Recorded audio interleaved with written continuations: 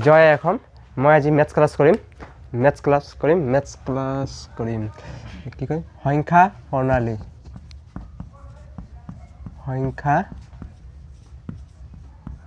প্ৰণালী ইংলিছত হ'ব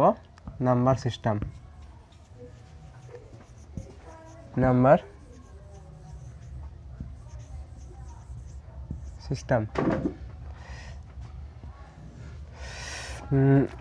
ফাৰ্স্ট আজি ভিডিও ডাঙৰ সৰু কৰিম বেছি ডাঙৰ নকৰো ফাৰ্স্ট হ'ব নেচাৰেল নাম্বাৰ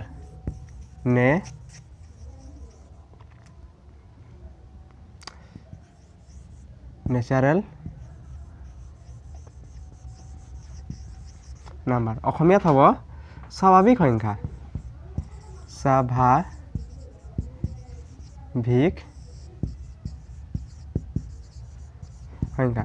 স্বাভাৱিক সংখ্যা হল এনে সংখ্যা আমি দৈনন্দিন জীৱনত ব্যৱহাৰ কৰা সংখ্যাবোৰ স্বাভাৱিক সংখ্যা যেনে 1 2 3 4 5 6 7 এইবোৰ স্বাভাৱিক সংখ্যা স্বাভাৱিক সংখ্যা একৰ পৰা আৰম্ভ হয় 1 2 3 4 5 6 ডট ডট ডট যাই থাকিব 7 8 9 100 200 হাজাৰ লাখ কোটি কৰড় যাই থাকিব অহিম ইয়াতে এটা কোৱেশ্চন হ'ব পাৰে আটাইতকৈ সৰু স্বাভাৱিক সংখ্যাটো কি আটাইতকৈ সৰু স্বাভাৱিক সংখ্যাটো হ'ব 1 গল আৰু সেকেন্ড হ'ব সেকেন্ড এটো হৈ গল স্বাভাৱিক সংখ্যা সেকেন্ডটো হল নাম্বাৰ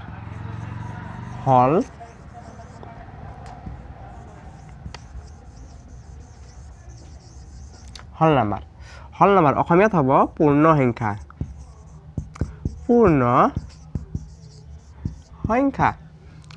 পূৰ্ণ সংখ্যা আৰম্ভ হ'ব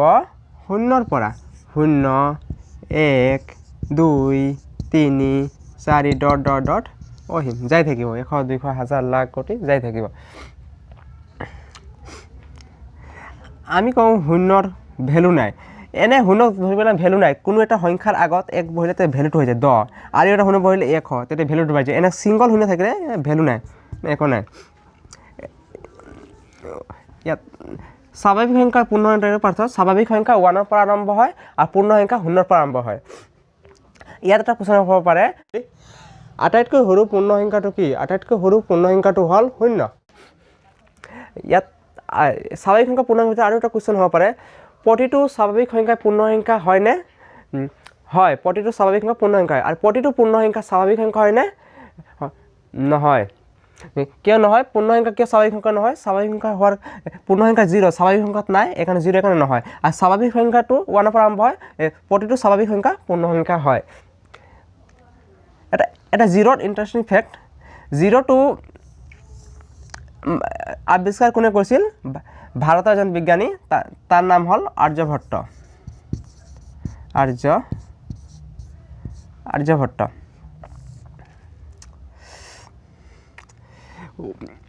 শূন্যটো আহাৰ পিছতে শূন্যটো আৱিষ্কাৰ কৰাৰ কাৰণে এটো নেচাৰেল নাম্বাৰ নহয় এটো মানুহে আৱিষ্কাৰ কৰে কাৰণে পূৰ্ণ শূন্য পৰে আৰু আগতে 1 2 মানুহ আৰ্যভট্ট আৱিষ্কাৰ কৰিছিল আগতে মানুহ 1 2 লিখিছিল 1 2 2 3 4 5 6 7 8 9 10 টো আগতে মানুহ শূন্য নাছিল তেতিয়া কি দৰে লিখিছিল যটো যদি শূন্য না আছিল তেতিয়া এই দৰে লিখিছিল 10 11 12 লিখিছিল 20 কেনেকৈ লিখিছিল 20 এই দৰে আৰু যেতিয়া শূন্য আহাৰ পিছত 1 0 10 20 20 এই দৰে লিখা আৰম্ভ কৰিলে শূন্য আহাৰ পিছত মানুহে গণনা হিচাপ কৰিলে এই ঠাইৰ পৰা দূৰ ডিসটেন্স চন্দ্ৰৰ পৰা সূৰ্যৰ কিমান দূৰ ডিসটেন্স এটা শূন্য ব্যৱহাৰ কৰিলে আগতে মানুহ শূন্য নাছিল সূৰ্যৰ পৰা চন্দ্ৰ দুটা অহিম বুলি কৈছিল মানে দূৰত্ব কিমান দূৰ এটো গণনা কৰিব নোৱাৰিল অহিম বুলি যেতিয়া শূন্যটো আৱিষ্কাৰৰ পিছত মানুহ এঠাইৰ পৰা দূৰত্বটো গণনা কৰা আৰম্ভ কৰিলে এঠাইৰ পৰা এতিয়া সূৰ্যৰ পৰা চন্দ্ৰ কিমান দূৰ দূৰত্ব জোখা হয় বৃহস্পতিৰ পৰা চন্দ্ৰ কিমান দূৰ এটো জোখা হয় বুধ গ্ৰহৰ পৰা পৃথিৱী কিমান দূৰত এটো জোখা হয় আজিৰ দিনত আৰু শূন্যটো এনে এটা সংখ্যা পৃথিৱী সকলো দেশতে ব্যৱহাৰ কৰা হয় বাস ভিডিওটো এইখিনি বেছি ডাঙৰ কৰা ভিডিওটো ভাল লাগিলে লাইক কমেন্ট শেয়াৰ সাবস্ক্ৰাইব কৰিব আৰু যদি বেয়া লাগিলে ডিসলাইক কৰি দিব থ্যাংক ইউ